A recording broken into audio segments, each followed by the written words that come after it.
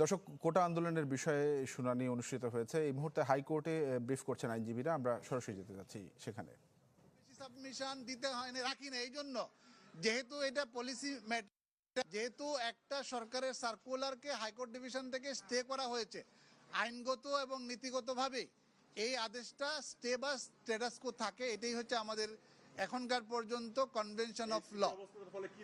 এই স্থিতি অবস্থার পরে দাঁড়ালো হাইকোর্টের জাজমেন্টও স্থগিত থাকবে এবং যে প্রজ্ঞাপনটা বাতিল করা হয়েছে সেই প্রজ্ঞাপনটাও স্থগিত থাকবে, বাতিল থাকবে। তার মানে হচ্ছে 18 সাল থেকে যেভাবে নিয়োগ প্রক্রিয়া চলে আসছিল সেই নিয়োগ প্রক্রিয়া চলতে থাকবে। আন্দোলনকারীদের ব্যাপারে আদালত বলেছেন তাদেরকে ঘরে ক্লাসে ফিরে যাওয়ার জন্য, শান্তিপূর্ণ ব্যবস্থা বজায় রাখার জন্য। ভাইস চ্যান্সেলরদেরকে বলেছেন শান্তিপূর্ণ পরিবেশ বজায় রাখার জন্য।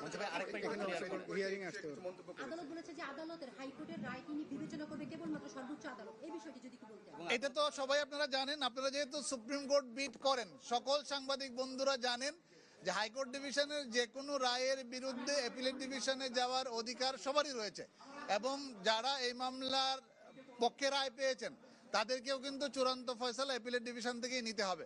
অ্যাপিলেট ডিভিশনের আরও একটা ক্ষমতা আছে, সেটা হচ্ছে হাইকোর্ট ডিভিশনের রায় বাতিল করতে পারবেন অথবা চূড়ান্ত বহাল রাখতে পারবেন।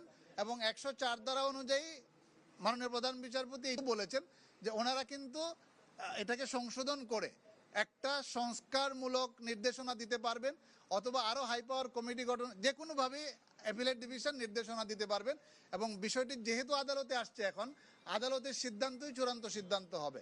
আমাদের কথা হচ্ছে যারা আন্দোলন করছেন এবং যারা মুক্তিযোদ্ধাদের সন্তান যারা রয়েছেন, রিট পিটিশন ফাইল করেছিলেন, সবার প্রতি বিনীত অনুরোধ হচ্ছে যে এইটা সবার স্বার্থে স্থিতি অবস্থা দেওয়া হয়েছে এবং মামলাটি যখন চূড়ান্ত সিদ্ধান্ত হবে, যে ফয়সালা আপিল বিভাগ দিবেন সেই ফয়সালা সবাইকে মেনে নিতে হবে।